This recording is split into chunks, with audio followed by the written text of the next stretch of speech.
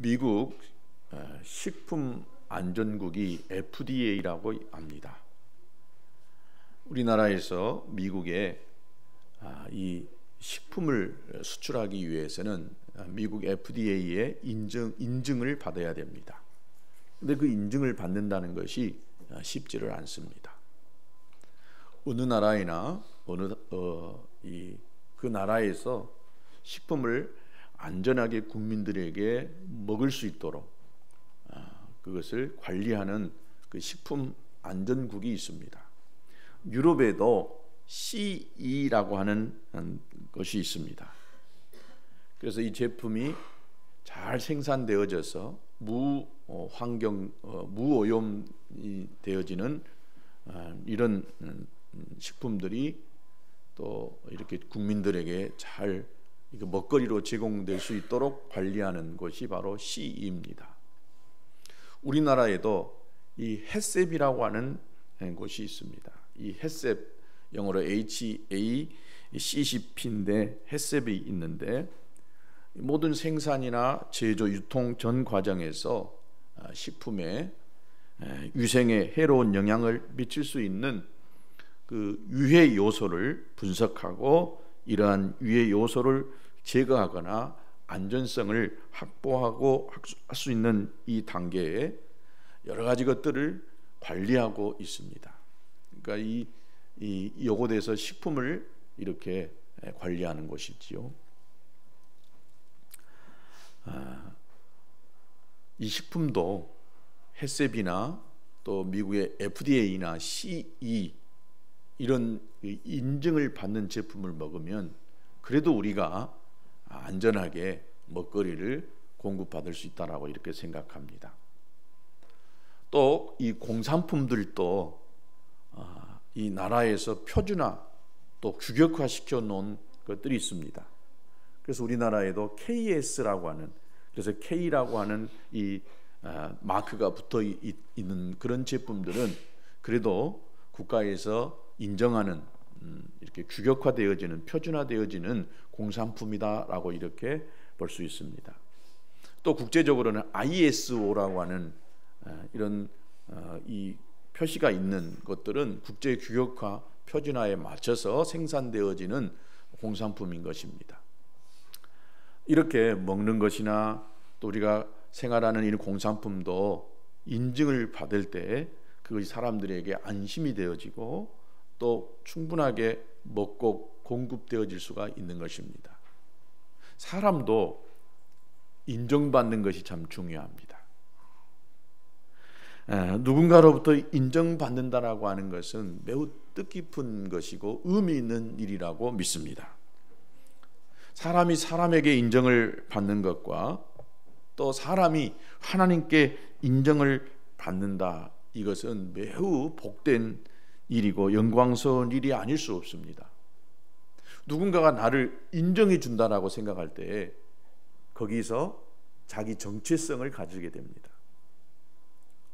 거기서 용기도 얻고 거기서 힘도 얻고 거기서 더 열심히 해야 되겠다라고 하는 이런 마음도 결심하게 되는 것을 볼 수가 있습니다. 어린이가 이 부모로부터 인정을 받는 것은 첫 번째로 중요합니다. 내 엄마가, 내 아빠가 나를 인정해 준다. 이 가장 나를 잘 알고 잘 사랑해 줘야 될 엄마가, 아빠가 나를 인정해 주지 못한다고 한다면 그 아이는 사회 어디 나가서도 인정을 받을 수 있다는 자신감을 잃어버립니다. 그러니까 부모가 아이를 인정해 주고 또 격려해 주고 또 이 아이가 자신감 있게 이 사회생활, 직장생활 또 학교생활 할 수 있도록 하는 것은 첫 번째 부모가 해야 될 중요한 일입니다. 또 군인은 국가로부터 인정을 받아야 되겠지요. 그처럼 큰 자랑거리는 아마 없을 걸로 생각이 되어집니다. 또 직장인들은 직장 안에서 상사에게, 그 장에게 인정을 받을 때에 그 직장 생활에서 더 자신감이 생기고 용기를 얻게 되는 줄로 믿습니다. 근데 그와 반대로 내가 지금 누군가로부터 욕을 먹고 있다라고 한다면 어떻겠습니까? 칭찬을 받지 못하고 내가 누군가로부터 욕을 얻어요. 사람들에게 꾸지람을 듣거나 아마 욕을 먹고 싶은 사람은 단 한 사람도 없을 것입니다. 다 칭찬받고 잘했다라고 하는 소리를 듣고 싶고 잘났다라고 하는 이런 소리를 듣고 싶습니다. 그러나 누군가로부터 내가 꾸지람을 받고 욕을 얻어먹고 있을 때에 우리가 그 욕을 얻어먹는, 욕을 먹는 사람이 누구이냐, 또 내가 누구에게 칭찬받고 인정받느냐, 이거 굉장히 또 중요한 것입니다. 인정을 받고 또 칭찬을 받는 것도 중요하지만 누구에게 인정을 받느냐, 또 내가 욕을 먹고 꾸지람을 들을 때에 내가 누구에게 욕을 먹고 꾸지람을 얻느냐, 그 대상이 굉장히 중요하다는 것입니다. 만약에 어떤 한 학생이 있어요. 근데 이 학생이 아주 나쁜 이 불량배들한테 인정을 받아요. 그러면은 그 인정과 칭찬은 결코 좋은 것이 못 됩니다.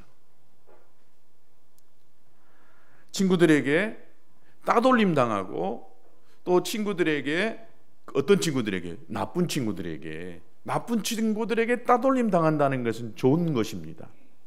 나쁜 친구들이 자꾸 옆에서 찝쩍대고 또 같이 놀자고 하고, 그것은 뭐예요? 조금이라도 그 아이가 틈을 주니까, 나쁜 친구들이 같이 놀만한 그런 이 모양이 되니까 자꾸 와서 같이 놀자 하고 같이 여기들을 가장하고 그런 것입니다. 나쁜 친구들이 전혀 가까이 하지 않게 되어진다 한다면 그 아이는 나쁜 짓을 하지 않을 수 있는 성향이 있기 때문에 이 나쁜 친구들이 따시키는 거예요. 그러니까 이런 나쁜 친구들한테는 인정을 받을 필요가 없지요. 오히려 이런 사람들에게는 이 욕을 얻어먹어도 전혀 괜찮을 수 있다는 것입니다. 성도들도, 우리 믿는 성도들도 신실한 성도들에게, 교회 안에서 목사님에게 칭찬받고 인정을 받아야 됩니다. 아멘. 그런데 이 성도들이 교회 안에서는 인정을 받지 못하고 나가서는 세상 사람들한테는 인정을 받아요. 잘한다고. 뭔가 잘못된 것이죠. 오히려 세상 사람들에게는 우리가 믿음을 지키고 또 신앙생활 해 나갈 때는 인정을 못 받을 수도 있어요. 무엇 때문에? 예수님 때문에, 내가 믿음을 가지고 사는 것 때문에 인정을 못 받을 수가 있다는 것입니다. 그래서 우리가 누구에게 인정을 받고 누구에게 욕이나 꾸지람을 얻느냐, 이거 굉장히 중요하다는 것입니다. 우리는 먼저 인정받아야 될 사람이 있는데 그분은 바로 하나님이십니다. 하나님께 먼저는 인정을 받아야 됩니다. 두 번째는 어디서 인정을 받아야 되냐? 가정에서 인정받아야 됩니다. 내 남편에게 인정을 받아야 되고, 내 아내에게 인정을 받아야 되고, 내 자녀들에게 인정을 받아야 됩니다. 자녀들도 하나님께 인정을 받아야 되지만 내 부모에게 인정을 받는 것이 필요합니다. 남편은 아내와 자녀들에게 인정을 받을 뿐만 아니라 존경도 받을 수 있어야 됩니다.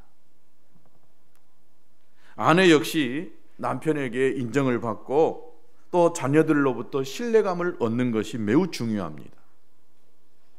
여러분, 이 가정에서 문제를 일으키고 화평을 이루지 못하는 사람은 사회생활, 직장생활도 원만하게 하지 못한다라고 하는 이런 통계가 있습니다. 이런 사람은 항상 불안과 이 피해의식 속에서 공격적인 말을 많이 합니다. 그리고 어디를 가든지 불안을 조성합니다. 화합하는 이런 분위기를 끌어간 것이 아니라 다른 공격적이고 비판적인 이런 말들을 함으로 인해 가지고 그 공동체 안에서 이 어려움을 가져다주는 그런 역할을 하는 경우가 많아요. 가정에서 화목을 이루는 사람, 부부관계가 좋고 또 가정에 늘 웃음이 피어나는 이런 사람들 나가서도요, 그 가정에서 받은 에너지를 가지고 가서 다른 사람에게 웃음을 줄 수도 있고 평화를 만들어 낼 수가 있다는 것입니다. 밖에서는 그렇게 잘 놀아, 친구들하고. 뭐하고 놀겠어요? 가서는 안 될 곳에 가고 먹어서는 안 될 것을 먹어. 그러니까 친구들이 그렇게 좋아해요. 근데 집에 오면은 그렇게 인상 쓰고 찌푸리고 아내한테, 남편한테, 자녀들에게 말도 안 하고 대화도 이렇게 충분하게 대화하지 않는 이런 사람들이 있잖아요. 그 순서가 바뀐 거죠. 중요한 것은 가정입니다. 중요한 것은 아내이고 남편입니다. 또 자녀들입니다. 여기서 충분한 대화를 통하여서 또 같이 마음을 합하고 또 뜻을 모으고 또 용서하고 이해하는 이런 훈련이 되는 사람들은 밖에 나가서도 그걸 잘할 수가 있어요. 근데 집에서는 못하면서 밖에 나가서는 잘한다는 것, 이건 잘못된 것입니다. 또 집에서 잘하는 사람이 밖에 나가서는 또 안 한다? 이것도 좀 문제 있을 수가 있습니다. 세 번째, 우리가 인정받아야 될 사람이 있다라고 한다면 교회에서 성도들에게 인정을 받아야 되고 주의 종에게 인정을 받아야 됩니다. 그러려면 어떻게 해야 되겠어요? 교회에서 인정받아야 되고 또 목사님에게 인정을 받으려면 어떻게 해야 되겠어요? 교회 일에 매사 협조적이어야 돼요.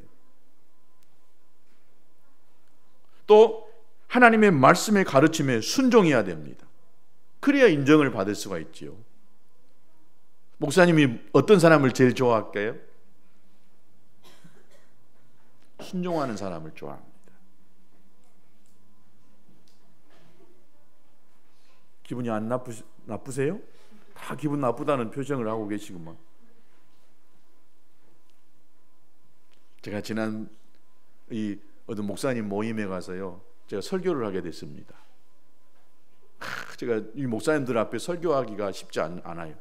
기도에 많이 하고 열심히 잘 준비해서 올라갔어요. 설교를 하는데 전부 이 목사님들이 땅만 쳐다보고요, 인상을 막 쓰고 있어요. 그래서 제가 설교 그만하려합니다. 딱 그만하고 내려와 봤어요.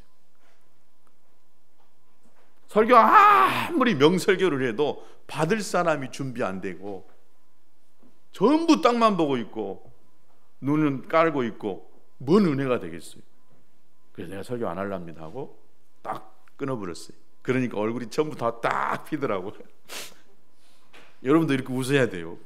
다 이렇게 웃고, 제가 늘 이야기하잖아요. 설교자의 눈과 여러분의 눈을 통해서 영이 흘러갑니다. 말씀이 흘러갑니다.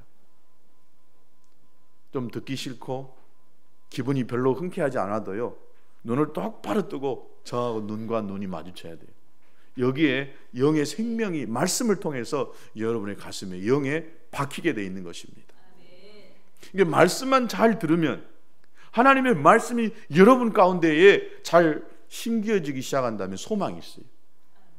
그러나 말씀이 여러분 가운데에 심겨지지 아니하고 아무리 오랜 세월 동안 신앙생활하고 이 많은 시간 동안 이 믿음 생활을 했다 할지라도 하나님의 말씀이 이 마음판에 뿌려지지 않았다라고 한다면 소망 없습니다. 말씀이 없는데 어떻게 그 사람의 믿음이 자라겠습니까? 말씀이 없는데 어떻게 그 사람이 온전한 신앙생활을 할 수가 있겠습니까? 그래서 말씀을 잘 듣는 것, 이게 굉장히 중요합니다. 믿음은 들으면서 납니다. 듣는 것은 하나님의 말씀에서부터 나온다고 그랬습니다.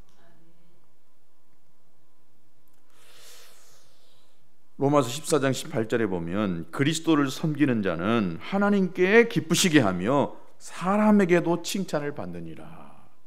그러니까 우리가 그리스도를 잘 섬기는 사람은요, 사람에게도 칭찬을 받는다는 것입니다. 신앙생활을 잘하면은 사람들에게도 인정을 받습니다. 그러므로 하나님께만 인정받으면 되지라고 하는 이런 편협된 생각은 절대 가져서는 안 됩니다. 첫 번째, 하나님께 인정받는 것 중요하지만은 하나님께 인정받는 그 다음에는 반드시 주의 종에게 인정받아야 되죠. 성도들에게 인정받아야지요. 또 가정에서 남편에게, 아내에게, 자녀들에게도 인정을 받아야 되지요. 직장에서도 인정을 받아야 되죠. 인정받아야 될 사람이 많습니다. 내가 하나님께만 잘하면 되지, 이건 극히 잘못된 생각입니다. 부족한 생각입니다. 우리가 때로는 사람에게 불신을 당할 때도 있습니다. 그러나 사람에게 불신당하는 그것이 오히려 하나님께는 인정받을 그런 순간이 될 때가 있습니다. 가서는 안 될 그 모임에 간다, 하나님이 원하지 않는 모임에 간다, 그러면 그 사람들에게는 인정을 받지만은 하나님께는 인정을 받지 못하잖아요. 그러니까 사람한테는 불신을 당한다 할지라도 하나님께 인정을 받는 것, 이것이 우선이 되어야 되지만은 하나님께 인정을 받으면서 사람 앞에 인정을 받을 수 있는 이 길을 택하는 것이 믿음의 사람인 줄로 믿습니다. 오늘 우리가 읽은 이 본문에 나오는 이 주인공이 침례 요한입니다. 이 침례 요한은 하나님께 인정을 받은 사람이었습니다. 사람들은 인정하는 사람도 있었지만은 그러나 인정하지 않는 사람들도 많았습니다. 그러나 이 침례 요한은 하나님께 인정을 받는 사람이었다는 것입니다. 우리 그리스도인들은 이 하나님께 인정을 받고, 가정에서 인정을 받고, 교회에서 인정받고, 또 사회에서도 인정받는 이런 사람이 되어야 될 줄로 믿습니다. 아멘. 그래서 옆에 사람들하고 한번 그렇게 인사를 합니다. 인정받는 사람이 됩시다. 한 번 더 합니다. 인정받는 사람이 됩시다. 네, 그래요. 우리 모두 인정받는 사람이 됩시다.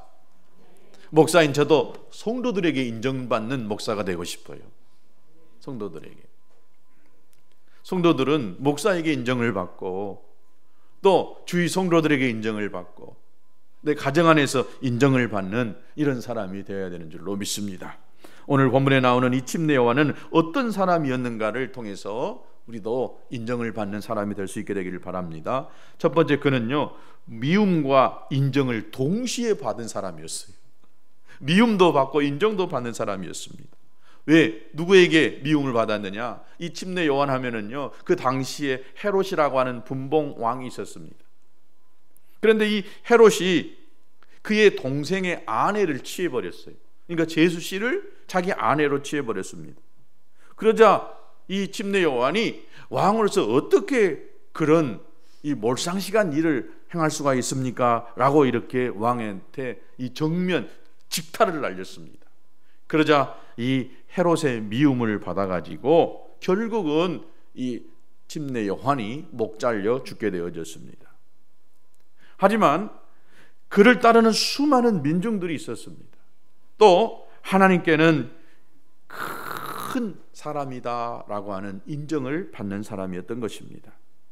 만일 침례 요한이 헤롯 같은 이런 극악무도한 사람에게 직타를 날리지 않았다라고 한다면 헤롯에게는 인정을 받았을지 모르겠지만은 하나님께는 인정을 받지 않는 그런 사람이 되어졌을 줄로 압니다. 그러나 이 침례 요한은 분봉왕 헤롯에게 미움을 사서 죽임을 당하였지만은 예수님께로부터 영화로운 인정을 받은 복된 사람이었기에 그는 매우 짧은 생애를 살았습니다. 그러나 그 생애가 매우 빛났다는 것을 알 수가 있습니다. 그러면 예수님께 확실한 인정을 받는 이 침례 요한의 성품이 어떤 성품이었느냐? 말라기 선지자 이후로, 구약 말라기 선지자 이후로 약 400년 동안 하나님께서 이스라엘 땅에 선지자를 보내지 않았어요. 하나님의 선지자, 즉 말씀이 없는 이스라엘 땅은 암흑의 시대였습니다. 그리고 400년이 지난 때에 하나님께서 갑자기 요한이라고 하는 사람을 보내가지고 광야에 나타나게 했습니다. 그래서 유대인들은 제사장들과 레위인들 이들이요, 요한을 가리켜서 혹시 그리스도가 아닐까라고 하는 이런 생각을 갖게 했던 사람이 바로 침례 요한이었습니다. 그들이 침례 요한에게 찾아와 질문을 합니다. 첫째로 내가 누구냐라고 이렇게 물어봅니다. 오늘 19절에 이 물음에 요한은 나는 그리스도가 아니다.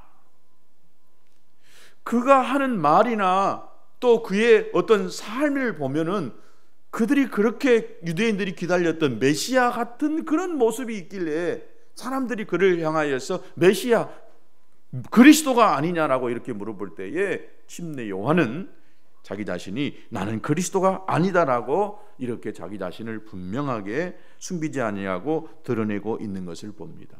즉 이 말은 예수님과 자기하고 선을 딱 긋고 있는 거예요. 즉 예수님이 받아야 될 그 영광을 자기 자신이 가로채지 않고 예수님과 조금도 비교되지 않을 만큼 자기 자신이 예수님과 확실하게 선을 그어가지고 자기 위치가 어딘가를 사람들에게 분명하게 드러냈던 것을 볼 수가 있습니다. 사람들이 요한을 보면서 조금이라도 이 그리스도 메시아라고 하는 이런 생각을 갖지 못하도록 확실하고 분명하게 대답했던 것을 볼 수가 있습니다. 두 번째로 침례 요한이 그들이 또 네가 엘리야가 아니냐라고 이렇게 물어볼 때에 나는 엘리야가 아니다, 엘리야도 아니다라고 이렇게 이야기합니다. 이들이 이 모세가 아닌 이 엘리야를 언급한 것은 이스라엘 백성들이 엘리야라고 한다면 대표적인 선지자였습니다. 선지자 중에서도 엘리야가 가지고 있었던 그 능력이라고 하는 것은 대단했습니다. 그래서 침례 요한에게 엘리야가 아니냐라고 이렇게 물어볼 때에 나는 엘리야가 아니다라고 이렇게 이야기했습니다. 그러나 예수님은 그렇게 대답하지 않았어요. 마태복음 11장 14절에 보니까 오리라 한 엘리야가 곧 이 사람이니라. 자기는 엘리야라고 하지 않았지만은 구약 말라기 성경에 예언되어져 있는 엘리야가 온다라고 했는데 그 엘리야가 바로 이 사람이다라고 예수님께서 이야기하고 있던 것을 볼 수가 있습니다. 요한 자신은 겸손하여서 엘리야가 아니라고 이렇게 말했지만은 예수님께서는 그를 바로 오리라고 한 엘리야가 곧 이 사람이다라고 인정해 주었던 것을 볼 수가 있습니다. 또 세 번째로 사람들이 침례 요한에게 물어봅니다. 당신이 그 선지자입니까? 라고 21절에 이야기합니다. 그 선지자라고 하는 것은 신명기 18장 15절에 내 형제 중에서 나와 같은 선지자 하나를 일으키리니 너희는 그를 들을지니라 라고 이렇게 모세가 예언한 이 선지자를 가리키고 있습니다. 그런데 침례 요한도 이렇게 나는 선지자도 아니다라고 단호하게 이야기합니다. 그러니까 나는 그리스도도 아니고 나는 엘리야도 아니고 나는 선지자도 아니다. 다만 광야에서 외치는 소리다라고 이렇게 자기 자신의 정체성을 드러내고 있는 것을 볼 수가 있습니다. 침례 요한은 결코 자신이 중요한 인물이 아니다는 거예요. 대신 광야에서 외치는 소리에 불과하다라고 이렇게 겸손하게 자기 자신을 드러내고 있는 것을 봅니다. 그런데 예수님께서는 그를 또 어떻게 표현했냐면 마태복음 11장 9절에 보니까 내가 너희에게 이르노니 선지자보다 나은 자니라. 선지자 중에 최고의 사람으로 바로 침례 요한을 예수님께서 가르치고 있는 것을 봅니다. 주의 길을 예비하기 위해서 광야에서 외치며 복음을 전하는 것, 그것이 그의 사명이었습니다. 침례 요한은 이어서 말하기를 그리스도는 내 뒤에 오시는 분 이렇게 이야기했는데 그분이라고 말하고 나는 그분의 신발끈을 풀기도 감당하지 못하겠다라고 이렇게 표현했습니다. 내 뒤에 오시는 분이 그리스도인데 그 그리스도를 나는 그리스도의 신발끈을 풀기도 감당치 못할 만한 아주 미천한 사람이다라고 자기 자신을 이야기합니다. 유대 이 사회에서 주인의 신발끈을 푸는 하인은 하인 중에서도 가장 천한 하인이었습니다. 그런데 이 요한은 자기가 예수님의 신발끈을 풀 수도 없는 아주 너무나 미천한 하인이다라고 이렇게 표현했던 것을 봅니다. 그러나 예수님께서는 또 그를 뭐라고 표현하고 있냐면 내가 진실로 너희에게 말하노니 여자가 낳은 자 중에 침례 요한보다 큰 이가 일어남이 없다라고 이렇게 극찬했던 것을 봅니다. 자기 자신은 이렇게 아무것도 아니고 정말 별 볼 일 아닌 사람이라고 이야기했지만 예수님은 그를 높이 치켜 세웠던 것을 봅니다. 누가 인정해 주고 있어요? 예수님이 인정해주고 있습니다. 자기 자신 스스로는 인정하지 않고 있지만은 예수님이 그를 인정해주고 있다라고 하는 것을 볼 수가 있습니다. 우리는 침례 요한에 그가 말한 이 말 한마디 한마디를 자세히 분석하고 묵상해 보면은 그가 얼마나 겸손한 사람이었는가라고 하는 것을 알 수가 있습니다. 여러분, 분이 가득하면 입에서 뭐가 나와요? 욕이 막 튀어져 나옵니다. 그런데 이 마음 안에 사랑이 가득하면은 그 다음에 뭐가 나오냐? 용서가 나와요. 웬만한 것들은 다 이해되고 다 품을 수 있는 이런 너그러움이 나오게 되는 것입니다. 또 이 교만한 자의 입에서는요, 나오는 그 말은 굉장히 거만해집니다. 겸손한 자의 입에서 나오는 말은요, 말 한마디 한마디가 굉장히 공손한 이런 말, 상대방을 인정하고 높이는 이런 말들이 나오게 되는 것을 볼 수 있습니다. 그래서요, 여러분, 말 한마디 한마디가 얼마나 중요한지 몰라요. 이 말은 내 입 속에서 내뱉으면은요, 다시 주워 담을 수가 없습니다. 특별히 우리가 쉽게 생각하고 가깝다고 생각하는 이런 사람들에게 하는 그 말을요, 대단히 우리는 조심해서 가려서 해야 됩니다. 특별히 이 전라도 사람들은 가까운 사람들, 친구들하고 대화하는 거 봐보세요. 전부 욕에서 시작했다가 욕으로 끝나버려요. 욕을 해야 굉장히 친한 것처럼, 야 임마, 야 이 새끼야, 뭔 새끼야 뭐 하면서 막 그래서 이 뭐할 놈, 이 연병할 놈 하면서 막 이래야 굉장히 친한 것처럼 이야기합니다. 그건 착각입니다. 제가 언젠가는요, 욕에 관한 그 말의 뜻을 연구해 본 적이 있어요. 정말 해서는 안 될 말이더라고요. 우리는 무심코 내뱉은 그 말인데요, 정말 제가 이 앞에서 말하기도 어려운 창피스러운 그 뜻이 담겨져 있는 것이요, 욕이더라고요. 그래서요, 가까운 사람에게 또 내 자녀들에게 정말 욕해서는 안 됩니다. 욕하지 마시기 바랍니다. 그리스도인들의 특징이 뭐냐? 바로 입이 순화된 사람이에요. 말이 순화된 사람이에요. 욕 잘한 사람 치고 입 거친 사람 치고, 여러분 성품 온순한 사람 보셨어요? 이 마귀란 놈이 우리 입을 붙들고 사용합니다. 그래서 이 입에서 자꾸 부정적인 말이 나오게 하고요, 거짓된 말이 나오게 하고, 상대방을 짓누르는 말이 나오게 하고, 저주의 말이 내뱉게 만드는, 이 말에는 대단한 힘이 있어요. 하나님이 말씀이라고 했잖아요. 말씀이 곧 육신이 되어 이 땅에 오셨다고 했잖아요. 근데 이 마귀란 놈도요, 하나님 흉내를 내면서 말로 사람들을 저주하고 말로 온갖 좋지 않는 것들을 퍼뜨리고 있습니다. 그래서 우리는, 특별히 우리 그리스도인들은 말 한마디 한마디를 잘 가려서 해야 돼요. 연말 되면은 텔레비전에서 막 이렇게 연예인들 시상식 하잖아요. 근데 믿는 연예인들, 믿음이 좋은 이 연예인들, 이런 사람들은 다 상 받을 때 이 영광을 누구에게 돌리겠습니까? 하나님께 돌립니다. 근데 어떤 사람은 부모에게 돌린다, 자식에게 돌린다, 뭐한테 돌린다, 막 이런 사람이 있어요.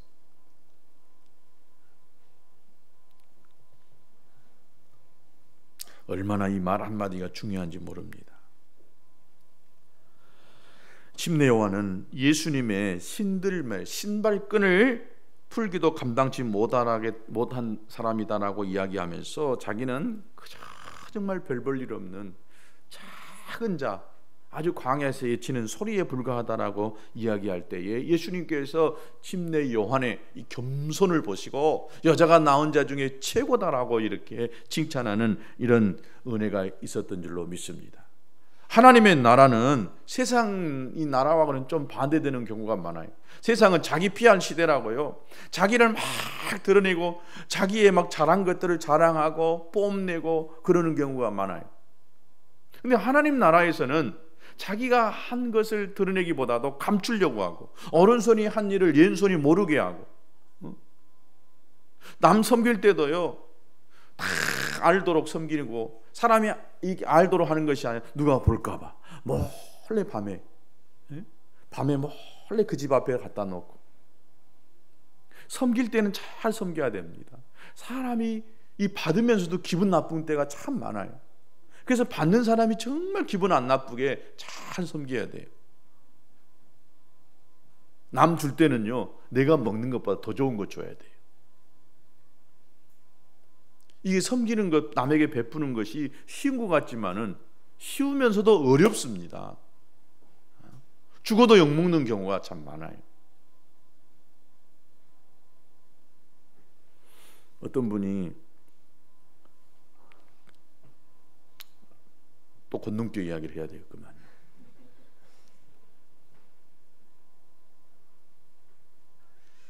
제가 어디를 봐도 그 권능교 최 목사님보다 목회도 크게 할 사람이거든요. 제 자신 스스로 생각할 때. 근데 그분은 복을 받아요.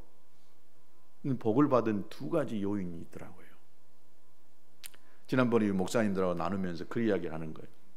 자기는 추수감사 때만 되면은 항상 교인들한테 설교를 할 때 한 100번은 더 했을 거라고. 그래서 교인들한테 이 말을 들을 때 처음 듣는 것처럼 아멘을 크게 하시기 바랍니다. 꼭 그렇게 이야기하는데, 근데 나는 처음 들었었거든요. 근데 목사님들 그 간증을 하는 거예요.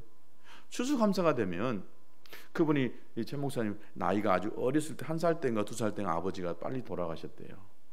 그 어머니가 농사하면서 여러 자식을 이렇게 키웠는데 농사는 좀 많았다고 그래요. 근데 이 추수감사가 되면은 전날 밤에 큰 리어커 있잖아요. 리어커에다가 옛날 그 가마니로 된 쌀, 이 쌀을요 가득 심고 누가 볼까봐 밤에 꼭 이 아들들 이 미라고 하며 데리고 가면서 갔다가 이 강단 앞에다가 이 옛날 그 큰 가마 이 된 것들을 5가마 6가마 꼭 이 예배당에다 갖다 놓는답니다. 혹시 누가 동네 사람이 볼까봐. 자기 먹을 것도 제대로 못 먹으면서 교회에다가 이렇게 바친다라고 그런 소리 이렇게 들을 수 있으니까 자기는 믿음으로 하지만 동네 사람들은 그 안 믿는 사람들은 욕할까봐. 근데 어려서 이 최 목사님이 그것을 다 네 역할을 같이 엄마하고 끌고 가는 역할을 했답니다. 그러니까 유일하게 그분이 목사 됐어요. 그리고 그 시골 교회에 건축을 하려고 이렇게 할 때에 그 어머니가 자기 귀중한 이 밭을 성전토로 이렇게 헌납했답니다. 몇백 평을, 500평인가를. 그러니까 그분의 길은 누워서도 뒤로 가도 목회가 된다는 거예요. 또 그분 장모님도 참 기도하는 사람이 다 주님과 이렇게 지금도 그렇게 많이 기도한답니다.